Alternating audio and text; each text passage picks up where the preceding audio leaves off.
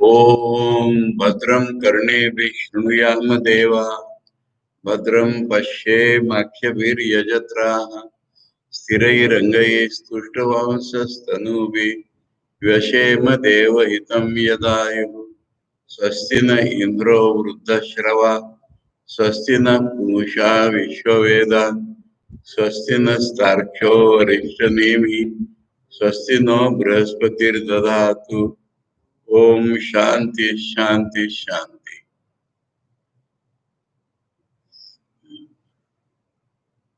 मुंडक उपनिषद में हम लोगों ने कल दूसरे मुंडक के पहले खंड का दूसरा मंत्र भी पढ़ा था, उसका भाष्य पढ़ना बाकी था। दूसरे मुंडक के पहले खंड का विषय ये है कि पहले खंड के अंत में बताया कि सारे लोगों की परीक्षा कर जो कर्म से पाए जाते हैं, ब्राह्मण को वैराग्य हो जाए, और वैराग्य का प्रकार बताया कि जो कुछ करके पाने की चीज होती है वो तो शांत ही होती है, मुझे उससे नहीं मतलब है। और जो करके नहीं पाई जाती, जो स्वरूपभूत है, ऐसी चीज तो इस दुनिया में है नहीं। और मुझे वो स्वरूपभूत चाहिए, उसके लिए वो गुरु के पास ही जाए। इसमें शंकराचार्य के भाष्य में उनके जीवन की छवि प्रत्यक्ष दिखाई पड़ती है। उनका थोड़ा सा जीवन हम यहाँ पर चर्चा करेंगे।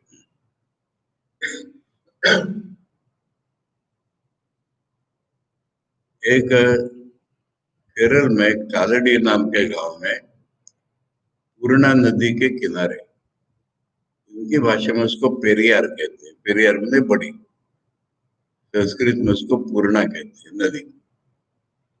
उसके किनारे कालड़ी ग्राम में एक गरीब दंपति के यहाँ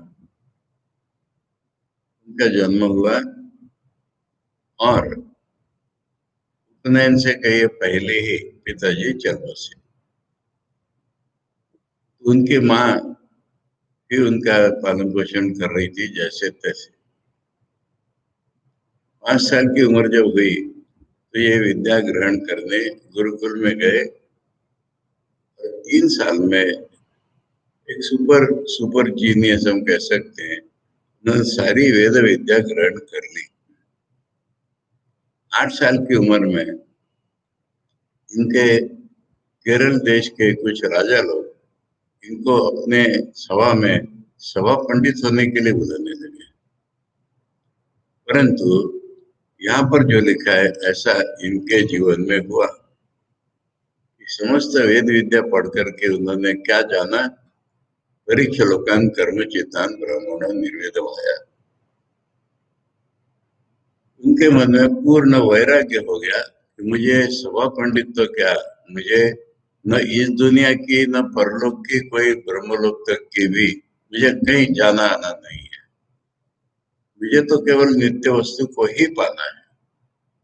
इसलिए मुंडक उपनिषद में जो वर्णन किया गया, वेद विद्या पढ़ करके उनके मन में वही हुआ।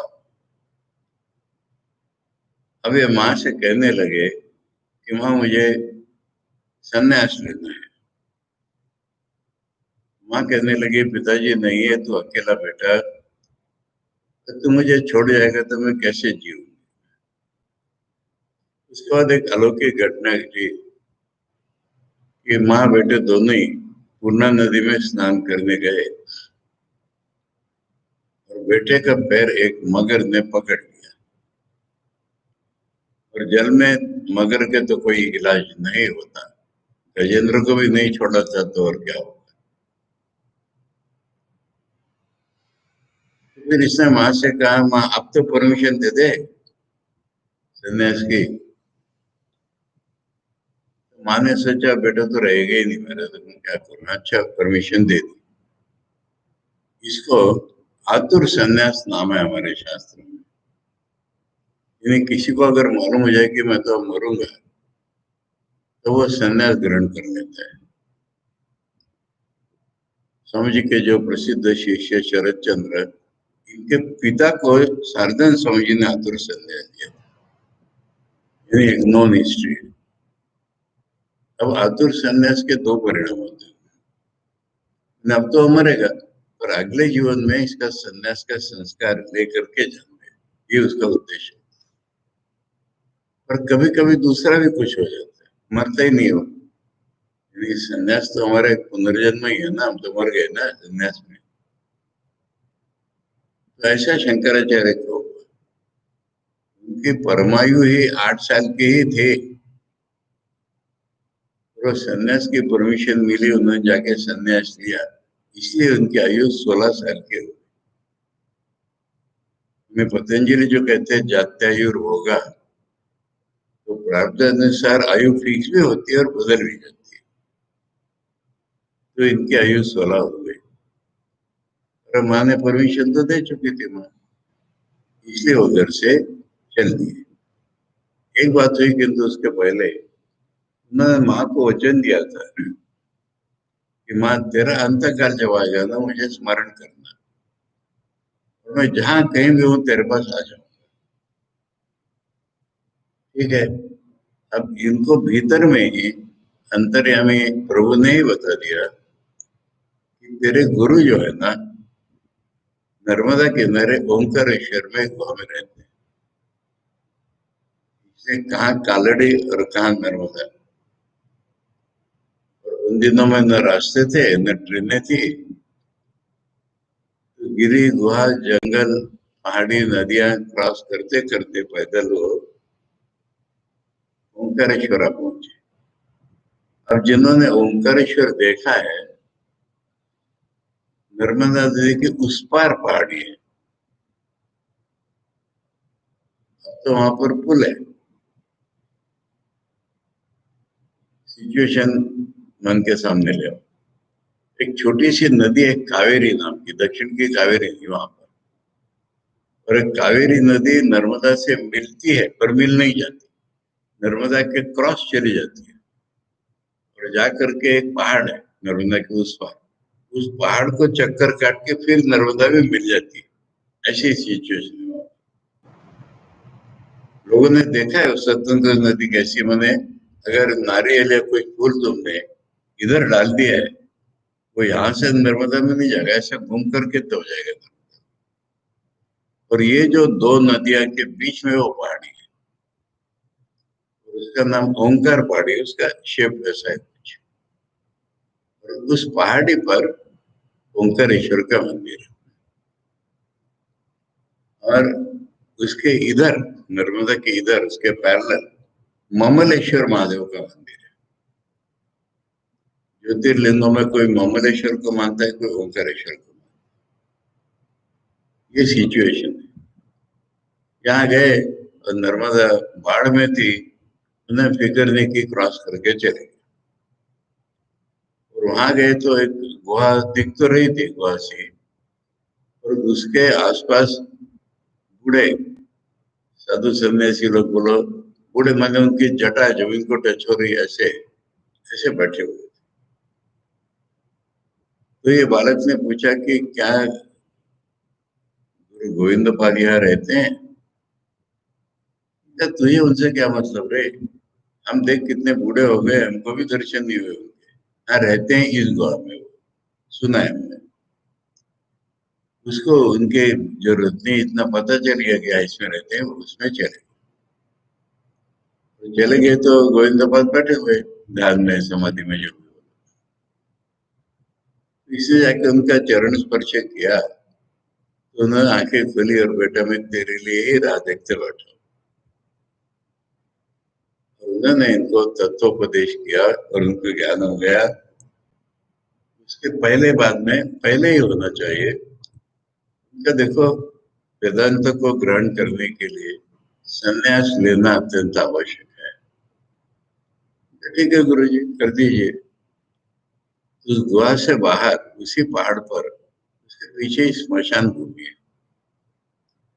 ऐसा विश्वास है लोगों का कि वहां इनका संन्यास दीक्षा हुई होगी, और ज्ञान दिया उन्होंने, तत्व में से और हो जाएंगे। उसके बाद गोविंदपाद जी ने कहा कि मैं तेरे लिए इसलिए राह देख रहा था, मुझे आदेश है कि तुझे बतावे कि तूने उपनिषदों का भाष्य करना है। तो उसने कहा ठीक है गुरु जी, मैं करूंगा कोशिश। उनको वो ठीक है, पर तू ज्ञान तो हो गया तुझे, पर भाष्य कर पाएगा कि नहीं। इसलिए उन्होंने कहते विष्णु सहस्त्रनाम की पुस्तक उसको दी, इस पे पहले भाष्य करके मुझे बता। उन्होंने भाष्य किया और गुरुजी प्रसन्न हो गए, सेटिस्फाइड हो गए, ठीक है अब तो उपनिषदों पर भाष्य कर। अब उनकी आयु 16 साल की हो गई थी, तो उन्होंने भाष्य भी किए और भारत में कुछ भ्रमण भी किया। और 16 साल की जब उनकी आयु हुई, उन्हें मालूम था कि मेरी परमायु 16 ही है, इसलिए वो बद्री धाम चले गए, वहां बैठ के समाधि ली। समाधि के द्वारा शरीर छोड़ देंगे। और वहां उनकी व्यासदेव जी से मुलाकात हुई। और व्यासदेव जी ने कहा कि मैं भगवान से कह करके तेरी आयु 32 कर देता हूँ, तुझे और भी काम करना है। मैंने ब्रह्म सूत्रों की रचना की है और उस पे लोग उल्टे पुल्टे भाष्य भी कर रहे हैं, इसे उनका सही अर्थ बताने के लिए तुझे भाष्य करना है। और तूने जो सीखा इसका प्रचार पूरे भारत में करना है, लोगों को जगाना है इत्यादि, इसके लिए मैं तेरे आयु 32 कर देता हूँ। अब इसके बाद का उनका जीवन चर्चा करने की जरूरत नहीं है। उन्होंने कुमार भट्ट से चर्चा करने गए, उसके कहने पर मंडन मिश्र से चर्चा की और 4 शिष्य इनके प्रमुख हो गए। मंडन मिश्र जो है वो सुरेश्वराचार्य कहलाने लगे, तोटकाचार्य, इनके सबसे प्रिय शिष्य थे पद्मपाद और हस्तामलक, इनके 4 शिष्य। और भारत में पूरे घूम करके लोगों को उन्होंने वैदिक धर्म की का महत्व समझाया। हमारे देश में कोई एक धर्म कभी नहीं था और न होगा। हमारे देश की धरती ही वैसे नहीं है। हमारे देश की धरती आजकल प्लुरलिज्म नाम लेते हैं उसका, हर एक आदमी अपना अपना धर्म पालन करे, अपनी अपनी साधना करे। तो कोई गणपति भक्त है, कोई सूर्य का भक्त है। इन्होंने सबको समझाया कि तुम गणपति मानते हो, ठीक है बिल्कुल, किंतु गणपति वेदों में भी है और उसको अगर तुम मानो तो तुम्हारे धर्म को आधार मिल रहा है पूरा। इसलिए तुम वैदिक कहलाओगे, गणपति करो। और उन्होंने दूसरा काम किया, पंचायत न पूजा लोगों को सबको सिखाई। अलग अलग पंचायत, जैसे गणपति है तो गणपति के साथ तुम 4 देवताओं की और उपासना करो। शिव है, विष्णु है, सूर्य है, देवी है और गणपति है। गणपति प्रधान, ये 4 कौन देवता। ऐसा जो सूर्य की उपासना वाले थे उनको नहीं बताते कि सूर्य प्रधान, पर ये 4 देवताओं को लो। ऐसे उन्होंने अलग अलग नाम के सौर सौर पंचायतन, देवी शक्ति पंचायतन, ऐसे उन्होंने पंचायतन पूजा की। और लोगों से कहा कि सामाजिक बाबत में तुम लोग स्मृति का पालन करो, मनुस्मृति का। इसलिए शंकराचार्य को मानने वाले आज भारत में जितने लोग हैं वो स्मार्त कहलाते हैं। जैसे वैष्णव होते हैं, उनको मनुस्मृति की जरूरत नहीं है, उनके धर्म में जो सिखाए वही वो मानते हैं। और उन्होंने 4 जगह भारत में पीठ स्थापन किए।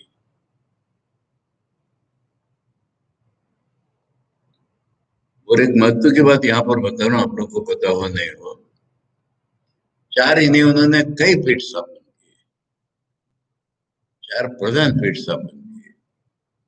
एक एक एरिया में लोगों को धर्म सिखाने की, सोशल लाइफ में भी लोगों को सिखाने की जिम्मेवारी एक एक शिष्य को दी, अपने 4 शिष्यों को। परंतु पूरे भारत में और कई जगह उन्होंने पीठ स्थापन किए, और वहां के जो प्रधान आचार्य होते हैं शंकराचार्य ही कहलाते हैं, उनका अपना अलग अलग नाम होता है। एक मैं उदाहरण देता हूँ कि करवीर पीठ, ये शायद नासिक के पास है। एक बहुत बड़े विद्वान थे, बहुत बड़े विद्वान, डॉक्टर कुर्तकोटी, पीएचडी फीएचडी छोड़ो, शास्त्र सब अच्छी तरह से जानने वाले, वो वहां के शंकराचार्य थे।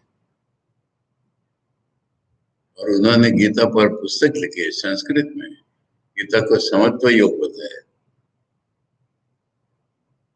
नागपुर आश्रम के वार्षिक उत्सव में ठाकुर सेंटेनरी के समय उन्होंने प्रेसिडेंट की थी मीटिंग। तो ऐसे और भी कई कई जगह हम सुनते हैं, ये उपपीठ कहो, उनको कोई भी कहो, अनेक पीठ समझ किए। अब खुद उन्होंने 4 पीठ में नहीं रहे, वो 4 शिष्यों को 4 पीठ दे दिए और खुद कांची में रहे, कांचीपुरम जो मद्रास में। साउथ का पीठ अगर बोलो तो श्रृंगेरी में, कर्नाटक। पूर्व का जगन्नाथपुरी में, पश्चिम का द्वारका में, और उत्तर का बद्रीधाम में। तो ऐसे उन्होंने 4 पीठ प्रधान बनाए, खुद कांचीपुरम में रहे। और फिर जब 32 साल की उम्र हो गई, फिर वो बद्रीधाम ही चले गए समाधि लेने के लिए। ये पूरा शंकराचार्य की कथा मैंने बताई। सवाल वहां तक का नहीं था, पर कथा बताई तो पूरी बता दी। सवाल ये था कि पढ़ाई पूरी करने पर ठीक मुंडक उपनिषद के अनुसार ही उन्होंने यही जाना कि मुझे न इस दुनिया से मतलब है और न किसी भी लोग से। मुझे तो सन्यासी बनकर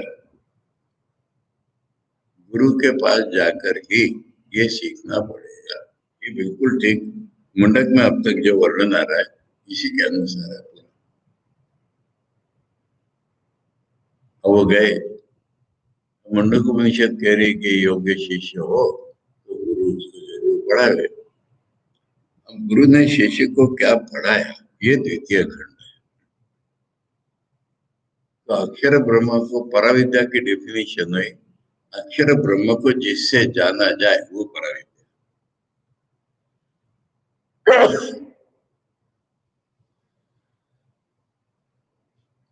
अब ये जो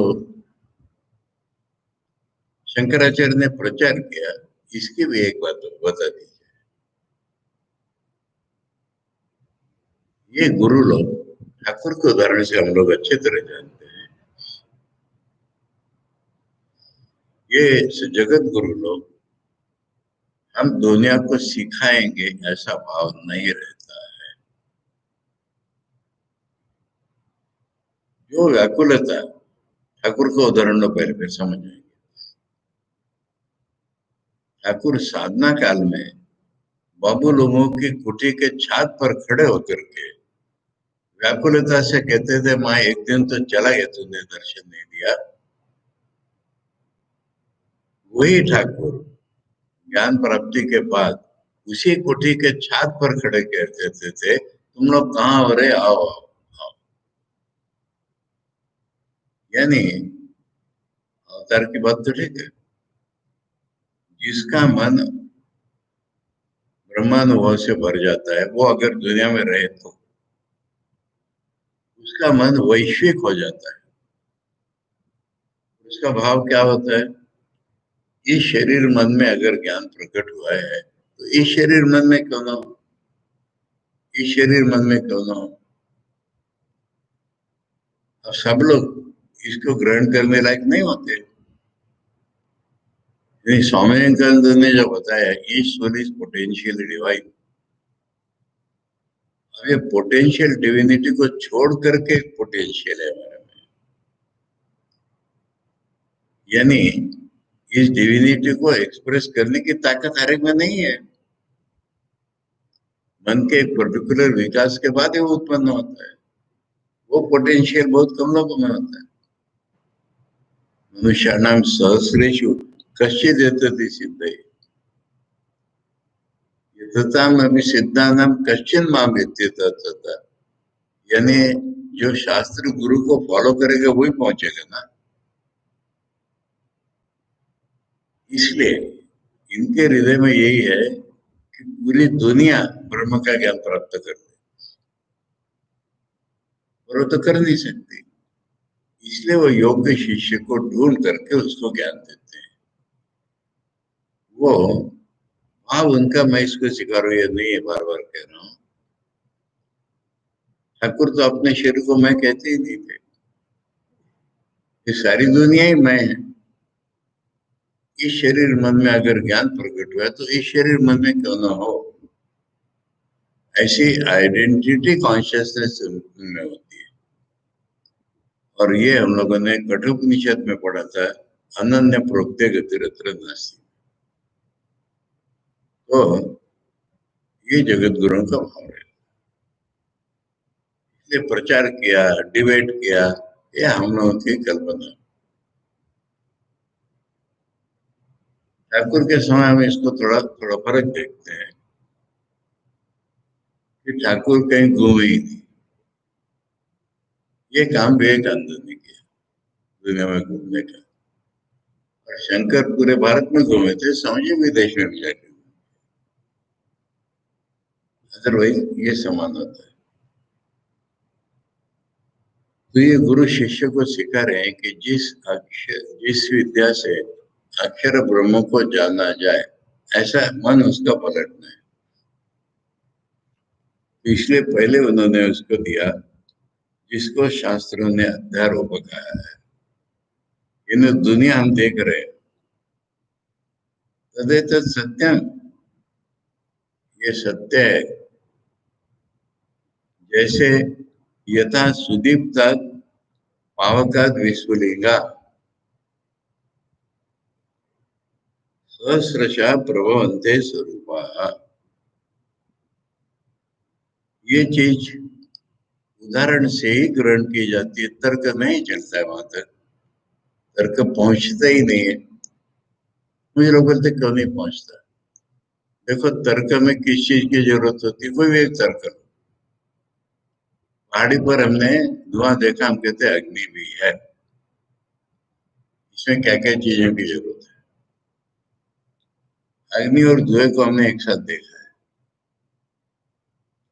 उससे हमारे मन में एक व्याप्ति नियम बन गया है। पहाड़ी है जिसपे धुआं है, तो इतनी चीजें लगती है, उसके बिना तर्क नहीं चलता। तीन चीजें तो हमारे सामने आ गई, फिर तर्क की पद्धति वो तो अलग ही रहेगी। धुआं है ना, अग्नि भी होगा, कैसे मालूम? मैंने देखा है दो और अग्नि एक साथ। जहाँ अग्नि होता है वही धुआं होता है। ये तर्क एकमेव अद्वितीय ब्रह्म के किनारे तक भी कैसे पहुंच सकता है, जहाँ पे सब भेदी मिटने वाले हैं। इसलिए तर्क से नैषा तर्केण मतिरापनेया, ये इसका तत्व है।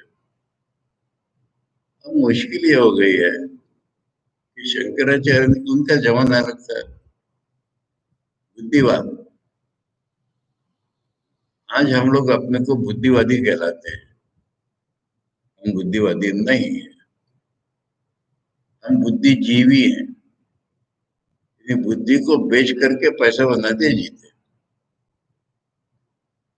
बुद्धिवाद का अर्थ होता है कि अगर बुद्धि ने बता दिया ऐसा है तो पूरा जीवन पलट जाएगा, ये बुद्धिवादी। मंडन मिश्र जन्म भर कर्म करते रहे, और उनको जब शंकराचार्य ने तर्क द्वारा समझा दिया कि ज्ञान श्रेष्ठ है, वो घर छोड़ के सन्यासी बन गए। ये बुद्धिवाद है। तो शंकर का जमाना बुद्धिवाद का था। इसलिए तो कुमार भट्ट ने उनको बोला कि तू अगर मंडन को ये बात समझा दे तो सारे कर्म वाले समझ जाएंगे। अब इसलिए उनकी पद्धति जो है वो तर्क शुद्ध पद्धति है। उनको श्रुति को समझाने के लिए देखो, एक और बात बता दो। मैंने चर्चा की थी शायद अपरोक्ष अनुभूति के समय कि हम ज्ञान किससे पाते हैं। इसका जो बड़ा शास्त्र है अंग्रेजी में कहलाता है एपिस्टेमोलॉजी, प्रमाण मीमांसा। तो हम देखते हैं कि जगत में जो ज्ञान हम पाते हैं वो 6 प्रकार के उपायों से पाते हैं। प्रत्यक्ष, अनुमान, उपमान, अर्थापत्ति, अनुपलब्धि और शब्द प्रमाण। और ये 6 के 6 सत्य को जानने के काम के नहीं है। प्रत्यक्ष वहां तक पहुंच ही नहीं सकता। अनुमान और अर्थापत्ति दोनों लॉजिक का रूप हो गए, वो वहां पर जा ही नहीं सकता, हमने देखा। अनुपलब्धि केवल अभाव को जानने के लिए काम में आती है, ब्रह्म तो अभाव नहीं है। उपमान प्रमाण कुछ समानता से ज्ञान होता है। उपमान प्रमाण से एग्जैक्टनेस नहीं होती, ऐसी तर्क वालों की कंप्लेंट है। हम कहेंगे तर्क कहीं पहुंचता ही नहीं है। उपमान प्रमाण से कुछ हमें स्पर्श अनुभूति का हो जाता है। फिर ज्ञान का उपाय क्या रह गया ब्रह्म को जानने का? एक ही उपाय रह गया। हमने जो शब्द प्रमाण कहा वो लौकिक शब्द प्रमाण और वैदिक शब्द प्रमाण। शंकराचार्य को ज्ञान कैसे हुआ? गुरु ने बताया तत्वमसि। तो वेदों में जो वचन है वेदांत में, उससे ही मनुष्य को ज्ञान होता है। अब उससे कैसे ज्ञान होता है? हृदय से। जब उसका हृदय से ग्रहण किया जाता है तब ज्ञान होता है। अब मैंने ये बात अपरोक्ष अनुभूति में बताई। वहां चैट में मुझे किसी ने पूछा कि हृदय से कैसे जानते हैं, तो मेरा उसको एक ही जवाब है, वहां पर देना है वो, या नहीं भी दूंगा। जिसको हृदय है वो जानता है, जिसको हृदय नहीं वो नहीं जान सकता। हृदय सबको है, पर हृदय का हमको होश ही कहाँ है कि हमें हृदय है। आजकल विशेषता पाश्चात्य शिक्षा के प्रभाव से मन और बुद्धि इसमें चक्कर लगाते रहते हैं, हृदय का पता ही नहीं है। तो इसलिए जब ये हृदय से सुना जाता है तभी इसका ज्ञान होता है। और इसमें कुछ जो रुकावट होती है वो हमें मनन और निधिध्यासन से निकालना होता है। वेदांत में 2 पक्ष हैं, दोनों में प्रबल प्रमाण है। श्रवण से ही ज्ञान होता है, दूसरे लोग कहते हैं ध्यान से ज्ञान होता है, तर्क से नहीं होता। अब इसको सपोर्ट करने के लिए एक नई तर्क प्रणाली या बुद्धि हमें होती है। तो श्रुति से हमने जो सुना उसका मनन करना है, मैंने हमारी विचार पद्धति को बदलना है। हमारी विचार पद्धति सड़ी हुई है, इसलिए हमको बदलना है। हमारी आज की विचार पद्धति के आधार पर हम कहीं नहीं पहुंच सकते, हमने देख लिया पहले। पर विचार पद्धति को बदलना है, ये हमारे बुद्धि का काम है। हमारी बुद्धि हो उसको शास्त्रानुमोदित तर्क सीखना है, ये हमारी बुद्धि का इतना काम है। उसके बाद हमें अनुभव पाना है। अनुभव नहीं पाए तब तो ज्ञान हुआ ही नहीं। अनुभव का ही नाम ज्ञान है। तो एक नई परंपरा, एक नई प्रणाली बन गई, उसको हम कहते हैं श्रुति युक्ति अनुभूति। अब युक्ति में सारे प्रमाण आ गए। युक्ति माने खाली तर्क नहीं, अनुमान, उपमान, अर्थापत्ति, अनुपलब्धि, सारे प्रमाण आ गए उसमें। ये हो गए श्रुति के सपोर्टिव प्रमाण, अंत में अनुभूति। ये नई परंपरा बनी। अब इसमें जो सपोर्टिव प्रमाण है, समझने में समझाने में दोनों में काम आते हैं। ये शंकराचार्य ने अधिकांश जोर ये तर्क पर दिया है। तर्क से भगवान को नहीं पाया जाता, स्पष्ट है, परंतु शंकर ने समझाने के लिए मैक्सिमम तर्क पद्धति का उपयोग किया है। इससे एक भ्रम फैल गया। शंकर के फॉलोअर्स कहलाने वालों में प्रचंड भ्रम फैल गया कि तर्क से हम कर रहे हैं।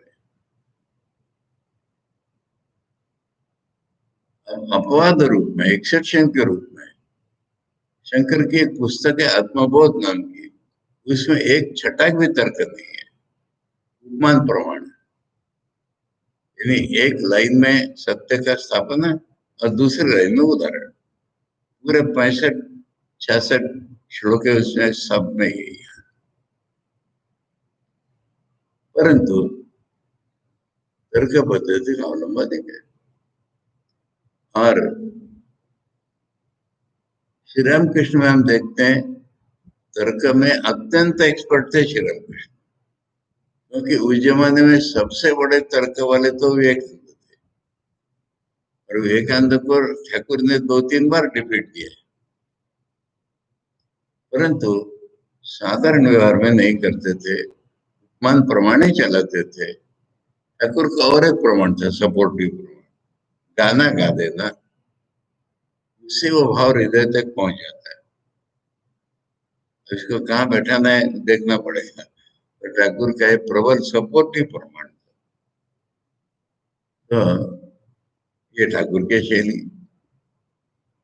वेदांत में हम देखते हैं तर्क भी है, उपमान प्रमाण भी है। तो यहाँ पर उन्होंने उदाहरण से समझाया, इसलिए मैं इतनी बात बताई। उन्होंने कहा कि जैसे अग्नि से इन्फिनिट, अग्नि जैसी ही चिंगारियां निकलती हैं सुलगे हुए भड़के हुए अग्नि से, ऐसे ही अक्षर पुरुष से हे सौम्य विविधा भावा, जितने प्रकार के भाव, पॉजिटिव एग्जिस्टेंस बोलो, जीव बोलो, जगत बोलो, जो भी कुछ, प्रजायन्ते अच्छी तरह उत्पन्न होते हैं और उसी में अंत में विलय हो जाते हैं। ये बड़ी बात कह दी। बड़ी बात इसलिए कि दुनिया के किसी भी धर्म में, जिसको हम आज हिंदू धर्म कह रहे हैं, उसको छोड़ करके भगवान को दुनिया का डिस्ट्रॉयर नहीं बोला हुआ है। द्वैती जितने धर्म है वो तो कोई डेविल, शैतान, उसकी कल्पना करते हैं। स्वामी विवेकानंद ने कहा कि आपका शैतान तो भगवान से ज्यादा पावरफुल दिखता है, भगवान की बनाई दुनिया वो तोड़ देता है। परंतु इसमें सवाल बेसिक ये आता है कि दुनिया सत्य है कि मिथ्या है। और दुनिया अगर मिथ्या है, अपीयरेंस है, भगवान की बनाई हुई है, तो भगवान अपनी मर्जी से तोड़ देते, बहुत हो गया। हम लोग छोटे बच्चों को देखते हैं, उपमा ही देखते हैं। छोटे बच्चों को देखते हैं समुद्र किनारे या नदी किनारे जाते हैं, और वहां रेती बहुत पड़ी रहती है, वो उसके घर किले बनाते रहते हैं, और खेल खत्म हो गया, एक किक मार के घर पे चले आते हैं। इसलिए ये भगवान का काम है, तब हमको इस सृष्टि का मिथ्यात्व ठीक प्रतीत होगा, अपीयरेंस से ये प्रतीत होगा। इसलिए उन्होंने कहा, अब अग्नि में ये उदाहरण नहीं दिया उन्होंने, उदाहरण पूरा का पूरा कभी 100% होता ही नहीं। अग्नि में से चिंगारियां निकलती है, बोला, वो चिंगारियां वापिस अग्नि में नहीं आती, और सारी दुनिया इससे निकलती है, उसी में चली जाती है। तो इसमें इमैनेंस या विश्वव्यापिता या दुनिया की उत्पत्ति और प्रलय एक साथ बोल दिया। उसके बाद ये दूसरा मंत्र आया, दोबारा पढ़ते हैं हम लोग। दिव्यो ही अमूर्ता पुरुषा स बाह्याभ्यंतरो ही अजः प्राणो ही अमना शुभ्रो ही अक्षरात परतः परा। दिव्य है माने तो अर्थ होते हैं इसके। दिव्य है माने चेतना स्वरूप है, प्रकाश स्वरूप है, चमकने वाला है। और दिव्य माने लौकिक नहीं है, बियॉन्ड। ही माने चूंकि, अब उसी से निकलते उसी में जाते चूंकि। ये पहले कि वो पहले, दोनों देख लो। अमूर्ता पुरुषा, उसका अपना कोई रूप नहीं होता। पुरुष माने वो सर्वत्र जगत में है और पूर्ण स्वरूप है, इसलिए उसका नाम पुरुष है। मैंने कुछ बात बताई, बहुत लोग इससे अत्यंत प्रसन्न हो गए हैं। मैं दोबारा रिपीट करता हूँ, स्त्री के विरुद्ध पुरुष ये भाव नहीं है कहीं भी। मेरे श्रोताओं में महिलाएं ज्यादा हैं, वो सारे खुश हो गए। पुरुष पुरुष पुरुष माने स्त्री को जैसे वेदों का अधिकार नहीं, स्त्री को साधना का अधिकार नहीं, स्त्री के लिए नहीं, ऐसा अर्थ कहीं है ही नहीं। पुरुष का अर्थ जो प्रयत्नशील है वो पुरुष, पहली बात। और भगवान को जो पुरुष कहा जाता है, पुरुष है ना, पूर्णत्व, ये उसका अर्थ है। अब यहाँ सवाल ये निकलता है कि ह्यूमन साइकोलॉजी नाम की एक चीज है। मनुष्य है, मनुष्य सृष्टि दो भागों में विभक्त है, पुरुष और स्त्री। तो इसमें क्या है, मन की साइकोलॉजी समझने से किया, समझने से कुछ नहीं किया। कि पुरुष जो है वो सब्जेक्ट होता है, स्त्री जो होती है ऑब्जेक्ट होती है। स्त्री भी सब्जेक्ट होती है, यानी स्त्री अगर आलू खाएगी या दागिने पहनेगी जवाहरलाल, तो वो तो सब्जेक्ट है। परंतु म्यूचुअल रिलेशन में हमेशा स्त्री ऑब्जेक्ट है, पुरुष सब्जेक्ट। अब इसलिए पुरुष जो है भगवान को पुरुष रूप में सोचते हैं, और इसीलिए स्त्रियां भी भगवान को पुरुष रूप में सोचती हैं। तो बंगाल में या शाक्त लोगों में इसका अपवाद नहीं है। शक्ति को दुनिया का सृष्टि से पालन करता बोलते हैं वो, पर शिव की जरूरत है। शिव माने बिना शक्ति नहीं है। वो शिव कुछ करते नहीं है, शिव शव होके पड़े हुए, वो सब ठीक है, पर शिव नहीं हो तो शक्ति कुछ नहीं करती ना। ये ह्यूमन साइकोलॉजी से ये ईश्वर जो है वो पुरुष हो गया। उपनिषदों में ये नहीं है। उपनिषदों में एक तो ब्रह्मा है, और अलग अलग उपनिषदों में हमने कठ में भी पढ़ा था आदित्य, और छांदोग्य में तो तीन देवता आएंगे। तो ये जो हम पुरुष बोलते हैं ईश्वर को, ये ह्यूमन साइकोलॉजी का एक पार्ट। अब पुरुष का अर्थ तो यही है, सर्वव्यापी है और पूरी पूर्ण है वो। अब ये कैसा है दुनिया में, इसकी व्याप्ति देखो, बाहर भीतर के सहित। हम कहेंगे भगवान सबके अंदर है, तो फिर बाहर करेंगे। ये एक मति भ्रम बहुत लोगों में है, यानी ना समझ का अर्थ है। पूजा वगैरह लोग करते हैं, तो पूजा क्यों करते हैं, भगवान तो अंदर होते हैं। तो भगवान अंदर होते मैंने बाहर नहीं होते, किसने सिखाया उनको? उनके दिमाग में। और दूसरे लोग तो भगवान को बाहर ही ढूंढते हैं। अरे भीतर नहीं होते क्या? अच्छा भीतर बाहर हो गए, तो बीच में नहीं होते क्या? इसलिए उपनिषद कह रहे सब बाह्याभ्यंतर, बाहर भीतर सहित, बीच में भी आ गया उसमें, ऐसे वो फैले हुए। और ही चूंकि और शब्द लगा दे आजा, वो उनका न जन्म किसी से हुआ है, न उनसे किसी का जन्म होता है, तो फिर ये क्या है? अपेयरेंस है।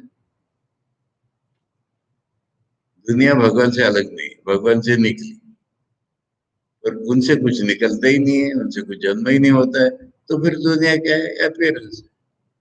देखो भाषा में, मैंने कभी तुम लोग को बताया, भाषा में सुधार ऐसे करने पड़ता है। फिर से लिखो, 3 सेंटेंस बताओ।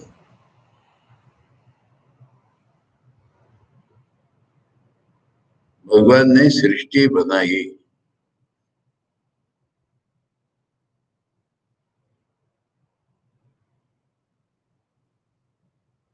अब हम दूसरा सेंटेंस बताते हैं। भगवान सृष्टि बन गए।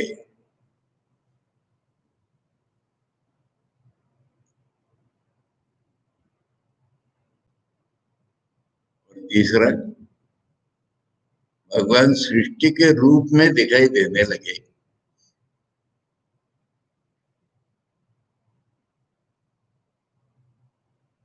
अब ये भाषा के रिफाइनमेंट में पहले दो के बीच में एक लिख सकते हो। भगवान ने सृष्टि फैलाई, बनाई नहीं। अग्नि से स्फुलिंग निकले ना, ऐसे भगवान ने सृष्टि अपने से फैलाई।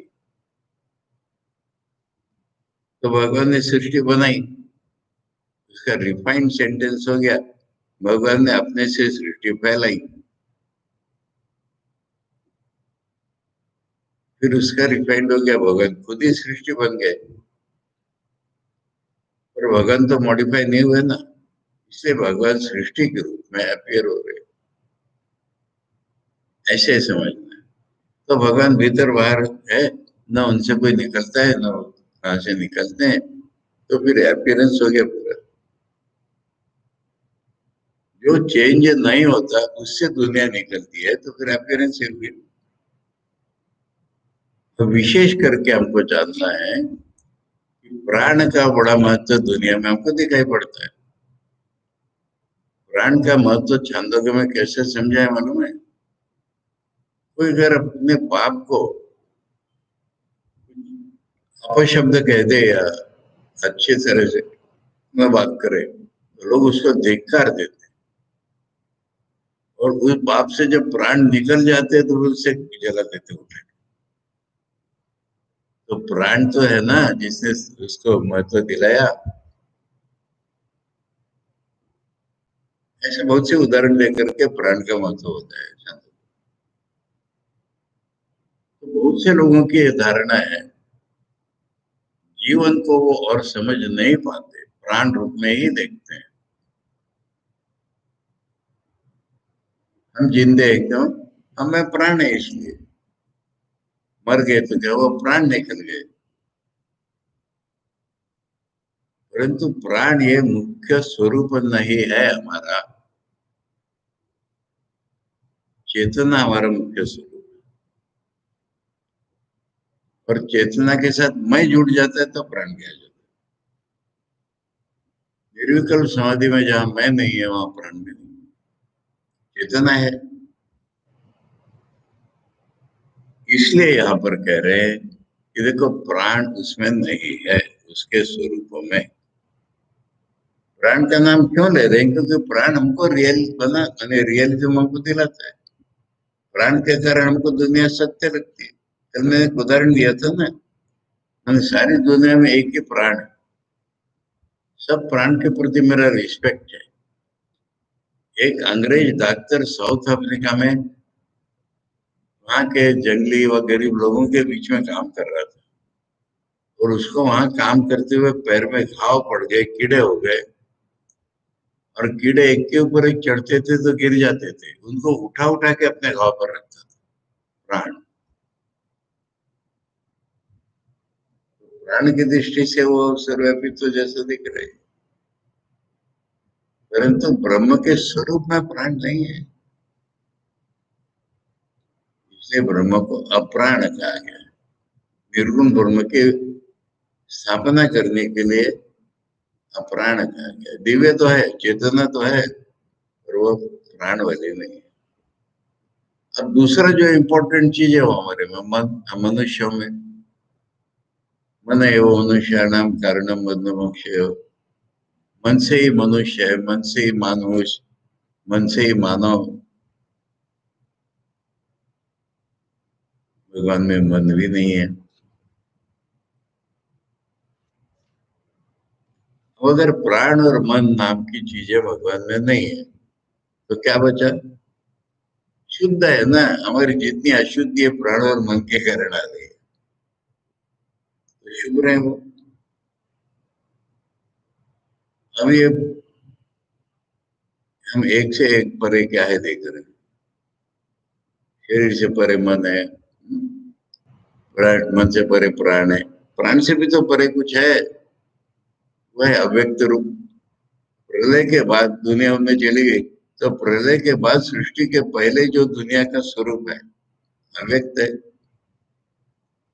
ऐसे ही समझने के लिए हमारी गहरी नींद में हम अव्यक्त है, तो अव्यक्त तो इन सबसे श्रेष्ठ है ना।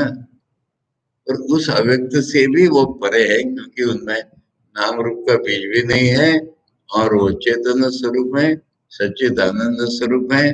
इसलिए उनको बताने के लिए कहा गया अक्षरात परतः पर। सबसे परे जो अक्षर है, माने अव्यक्त जो है उससे तो कोई चेंज नहीं है, उससे भी पर। सबसे परे जो पर अक्षर है उससे भी पर है ब्रह्म। ये श्लोक में बताया।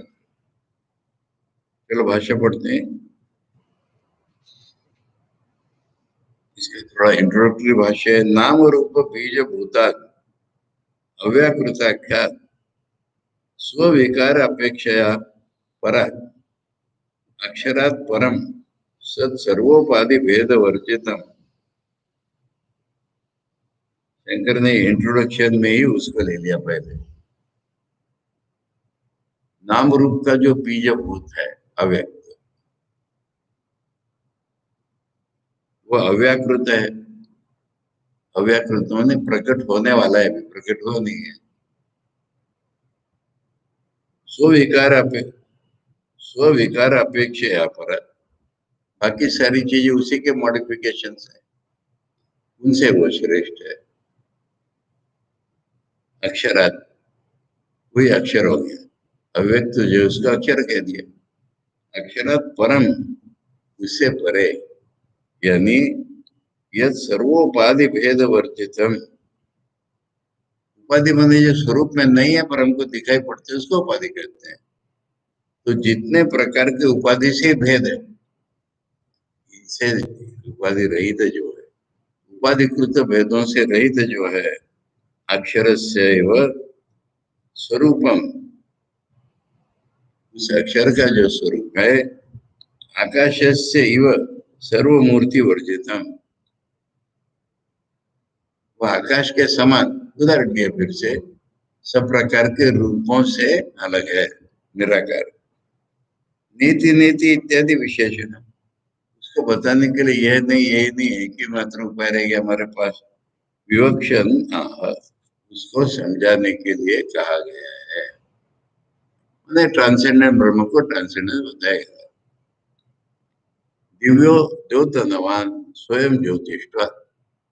दिव्य का अर्थ द्योतनवान, चमकने वाला, स्वयं ज्योति, उसको किसी के प्रकाश की जरूरत नहीं होती है, इसी से प्रकाश से प्रकाशित होता है। दिव्यो का दूसरा अर्थ दिव्य व स्वात्मनि भवो, ये अर्थ ही निकालना है। दिव्य माने अपने अंदर रहने वाला, दिव्य माने बाहर नहीं, दिव्य माने अपने अंदर रहने वाला, स्वरूप में हमारे अलौकिक गोवा या इस दुनिया से ऊपर। तीन अर्थ बताए दिव्य के। ज्योति स्वरूप, हमारी इनर मोस्ट रियलिटी, या दुनिया से श्रेष्ठ दिव्य। ये यस्मात, ये का अर्थ करना है चूंकि, मूर्ता यस्मात अमूर्ता, सर्वमूर्ति वर्जिता, जिसमें किसी प्रकार का रूप ही नहीं है। पुरुषा, पूर्ण पुरुषयो वा, ये पुरुष के दो अर्थ हो गए। पूर्ण स्वरूप है या दुनिया में रहने वाला है।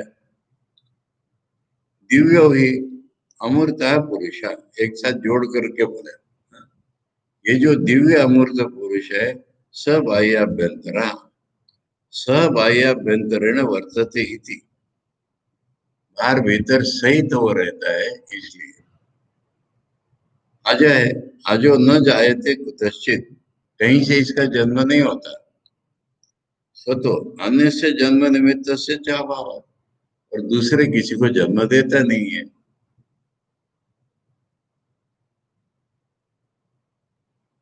अब इससे क्या हुआ अजय बताने से, आचार्य उसका इम्प्लीकेशन बता रहे। यथा जल बुद्बुदा जल बुद्बुदा देह वायु आदि,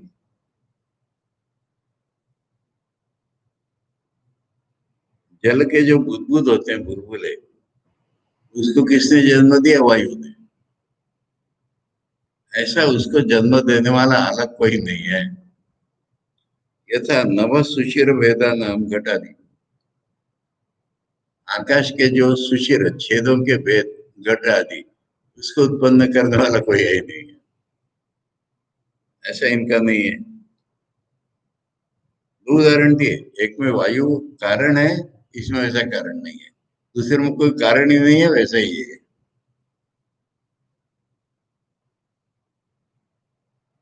अब कह रहे सर्व भाव कारण नाम जनि मूलत्वात्, जितने भी हमें विकार आएंगे पहले जन्म होगा तभी तो आएंगे। जन्म होगा, फिर हम रहेंगे, फिर हम पढ़ेंगे, फिर घटेंगे, फिर मरेंगे, तो शुरू तो जन्म से ही होगा। तत् प्रतिषेधेन सर्वे प्रतिषिद्धा भवन्ति। उसका जन्म नहीं कहने पर कोई भाव विकार है नहीं उसमें, यही बताया गया। रिप्रेजेंट के रूप में जन्म होता है। सब आह्याभ्यंतरो ही अजो, उसको कनेक्ट करने के लिए बोल रहे दोबारा कि सब आह्याभ्यंतर और अज है, इसलिए अतो अजर है, अमृत है, अक्षर है। बुढ़ापा नहीं है उसमें, मरना नहीं है उसमें, झरना नहीं है उसमें, ध्रुव कांस्टेंट है वो, अभय, इसमें भय भी नहीं, द्वितीय भय होती, ऐसा अर्थ बन गया।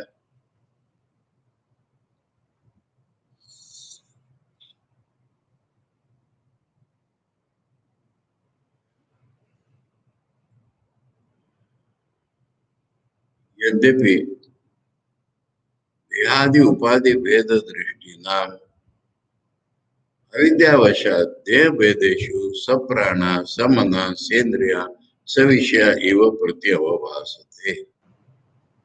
पढ़ेंगे अप्राणो यमना का भाष्य रह गया है उतना समझने की बात है, इसलिए धीरे धीरे समझा। और शंकर के लाइफ बताना अपने आप आ गया, वो मुंडक के अनुसार है। इसके आधार पर फिर प्रमाण में सभी थोड़ी आ गई। ओम भद्रम कर्णेभिः शृणुयाम देवाः, भद्रं पश्येमाक्षभिर्यजत्राः, स्थिरैरङ्गैस्तुष्टुवांसस्तनूभिः, व्यशेम देवहितं यदायुः। स्वस्ति न इंद्रो वृद्धश्रवा, स्वस्ति न पूषा विश्ववेदाः, स्वस्ति नस्तार्क्ष्यो वरिष्ठनेमिः, स्वस्ति नो बृहस्पतिर्दधातु। ओम शांति शांति शांति। हरि ओम तत्सत। श्री राम कृष्ण।